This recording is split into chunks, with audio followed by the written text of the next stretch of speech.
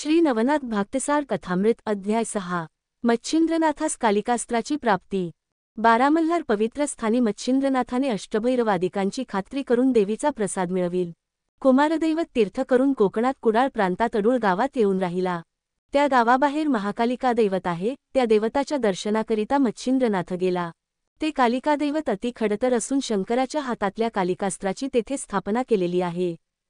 त्या अस्त्राने पुष्कळ दैत्यांचा प्राण घेतला म्हणून शंकर प्रसन्न होऊन त्या अस्त्ररूपी कालिकेस वरप्रदान देण्यास तयार झाले। तेव्हा तिने वर मागून घेतला की आजपर्यंत मला सांगितलेली सर्व कामे मी केली, आता मला येथे विश्रांती घेऊ द्यावी। मग तिच्या मर्जीप्रमाणे शंकराने अंबेची त्या ठिकाणी स्थापना केली।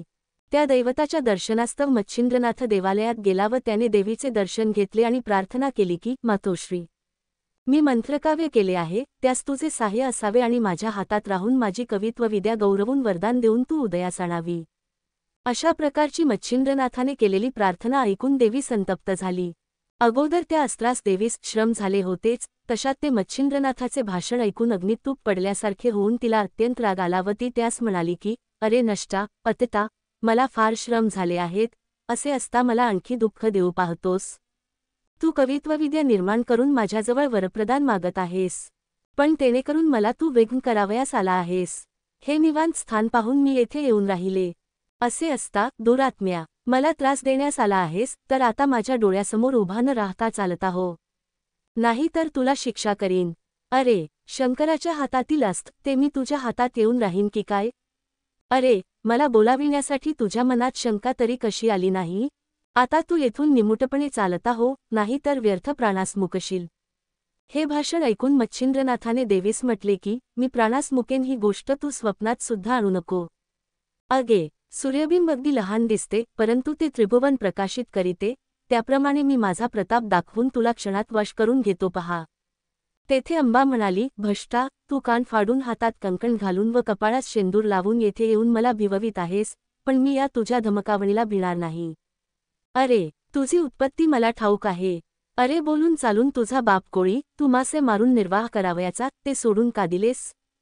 तुला दरिद्राला ही अस्त्रविद्या कशाला पाहिजे? तुला वाटत असेल की मी थोर प्रताप दाखवून भूतावर वश केली तशी ही देवी करून घेईन, पण मी तशापैकी नव्हे, हे तू पक्के समज। मी विशस्त्र आहे, किंचित वाकडी नजर करीन तर सारे ब्रह्मांड पालथे घालून लोळवून टाकीन। तेथे तू आपला कसाचा दिमाख दाखवितोस? तेव्हा मच्छिंद्रनाथ म्हणाला, देवी मी सांगतो ते ऐक। बळी वामनाला मशकासमान समजत होता, परंतु त्यालाच परिणामी पाताळलोक पाहावा लागला। हे भाषण ऐकून देवीस अतिशय राग आला। ती त्यास म्हणाली, तुझ्यामध्ये कोणता प्रताप आहे तो मला आताच दाखीव। तेव्हा मच्छिंद्रनाथ म्हणाला की तू शंकराच्या हातामध्ये राहून मोठमोठाले पराक्रम केल्याचा दिमाख मला दाखवित आहेस, तर तो तुझा प्रताप तू मला आता दाखीव। याप्रमाणे मच्छिंद्रनाथाचे भाषण ऐकून भद्रकाली सिंहासारखी आरोळी मारून आकाशात प्रगट झाली। इतक्यात भयंकर शब्द होऊ लागला की जोगड्या, आता आपला प्राण वाचीव। तू आपल्या गुरुचे स्मरण कर, कारण वज्रास्त्राने जसा पर्वताचा चुराडा होतो, तसा तुझ्यामुळे पृथ्वीचा होईल। अरे, ही कालिका आज पृथ्वी सपाट करून टाकण्यास तयार झाली आहे। आता तुझा निभाव कसा लागेल? अशी बरीच धमकावणीची भाषणं मच्छिंद्रनाथाने ऐकून घेतल्यानंतर तो तिला म्हणाला, तू पाहिजे तसे बोललीस तरी तुझ्यापासून माझे काही वाकडे व्हावयाचे नाही। असे म्हणून त्याने भस्म हातात घेतले व वासवशक्ती मंत्र जपून ते भस्म आकाशात फेकून दिले। तेव्हा ती दैदिप्यमान वासवशक्ती तत्काळ प्रगट झाली। सूर्याच्या हातचे वासवास्त्र आणि शंकराच्या हातचे भद्रकाली किंवा कालिकास्त्र या उभयतांचे युद्ध सुरू झाले। दोन्ही अस्त्रांची झोंबी लागून ती एकमेकांवर प्रहार करीत होती। झगडता झगडता शेवटी कालिकेने वासवशक्तीचा पाडाव केला आणि मोठ्या आवेशाने ती मच्छिंद्रनाथावर चालली। हे नाथाच्या लक्षात येताच त्याने पुन्हा भस्म घेऊन एकादश रुद्र मंत्रयोग सिद्ध करून फेकताच एकादश रुद्र प्रगट झाले। ते भयंकर व अनिवार्य प्रळय करणारे प्रगट होताच कालिकेचे तेज फिक्के पडले। तिने सर्वांस नमस्कार करून भक्तिपूर्वक स्तुती केली, तेव्हा ते सौम्य झाले। असे पाहून मच्छिंद्रनाथाने वज्रास्त्र, धूम्रास्त्र ही सोडिली, परंतु त्यांचे काहीच वर्चस्व होईना, कारण कालिकेने धूम्रास्त्र गिळून टाकिले व वज्रास्त्र शैलाद्री पर्वतावर आपटले, तेणेकरून तो पर्वत फुटून गेला। याप्रमाणे दोन्ही अस्त्राची पडती पाहून मच्छिंद्रनाथाने पुन्हा वाताकर्षणास्त्राची योजना केली। त्या वातास्त्राची मक्खी त्यास पक्की साधून गेली होती। दत्तात्रेयाच्या कृपाप्रसादाने मच्छिंद्रनाथास वाताकर्षणास्त्राचा मोठा लाभ झाला होता। ते आस्त सिद्ध करून प्रेरिताच त्याने कालिकादेवीवर प्रवेश केला. तेव्हा देहाचे चलनवलन बंद होऊ लागले. इतक्यात देवी विकल होऊन गगनामधून जमिनीवर धाडकन आदळली व बेशुद्ध होऊन पडली. ते पाहून देव दानवांना सुद्धा मोठा विस्मय वाटला. कालिकेचे प्राण जाऊ लागले तेव्हा तिने शंकराचे स्मरण केले. हा प्रकार कैलासात शंकराच्या कानावर गेला व हा सर्व खेळ मच्छिंद्रनाथाचा आहे तसे त्याच्या ध्यानात आले. मग नंदीवर बसून शंकर लगेच त्या ठिकाणी गेले. शंकरास पाहून मच्छिंद्रनाथाने त्यांच्या पायांवर मस्तक ठेविले. मग शंकराने त्यास 10 हातांनी पोटानी धरून कडकडून भेट दिली व प्रताप दाखवून अस्त्र जिंकल्याबद्दल त्याची प्रशंसा केली. तेव्हा नाथाने शंकरास सांगितले की बदरिकाश्रमास तुम्ही प्रसन्न होऊन दत्तात्रेयाकडून मला मंत्र अस्त्रविद्यादी सर्व शिकविले, तो हा सर्व तुमच्या कृपेचा प्रताप होय. त्यावर शंकराने म्हटले, तूर्त ते असो, तू प्रथम कालिकादेवीस सावध कर. तेव्हा नाथ म्हणाला, तुम्ही आपला वरदहस्त माझ्या मस्तकावर ठेवा.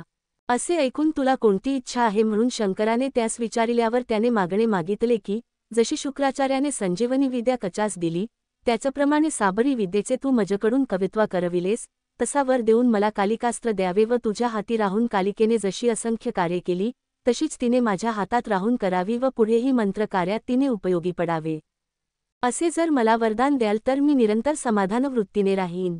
तेव्हा शंकराने सांगितले की तू कालिकेस जीवदान देऊन उठव, तिला मी सर्वस्वी तुझ्या स्वाधीन करीतो व मी देखील तुला सर्व प्रकारे अनुकूल आहे. असे वचन मिळताच मच्छिंद्रनाथ शंकराच्या पाया पडला. मग वातास्त्रमंत्र म्हणून भस्म फेकून वाताकर्षण अस्त्र काढून घेतले. तेव्हा देवी सावध होऊन उठून बसली व इकडे तिकडे पाहू लागली. तो शंकरास तिने पाहिले. मग ती झटकन येऊन त्यांच्या पाया पडली व प्रसंगी कैवार घेऊन प्राण वाचविले वगैरे बोलून तिने त्याची स्तुती केली. मग शंकराने तिला सांगितले की माझे एक तुझ्यापाशी मागणे आहे, तेवढे तू ह्या वेळेस कृपा करून मला दे. तेव्हा कोणता हेतू आहे म्हणून देवीने शंकरास विचारल्यावर त्याने सांगितले की माझ्या हातात तू बहुत दिवस राहिलीस, पण आता तू जगाच्या उपकारार्थ मच्छिंद्रनाथास सहाय्य व्हावे, हे माझे मागणे तू कृपा करून कबूल कर. हे ऐकून तिला हसू आले. ती म्हणाली, मी तुमच्या पायाची दासी आहे, असे असता आर्जव केल्यासारखे करून माझ्याजवळ दान मागत आहे काय? मला तुमची आज्ञा प्रणाम आहे.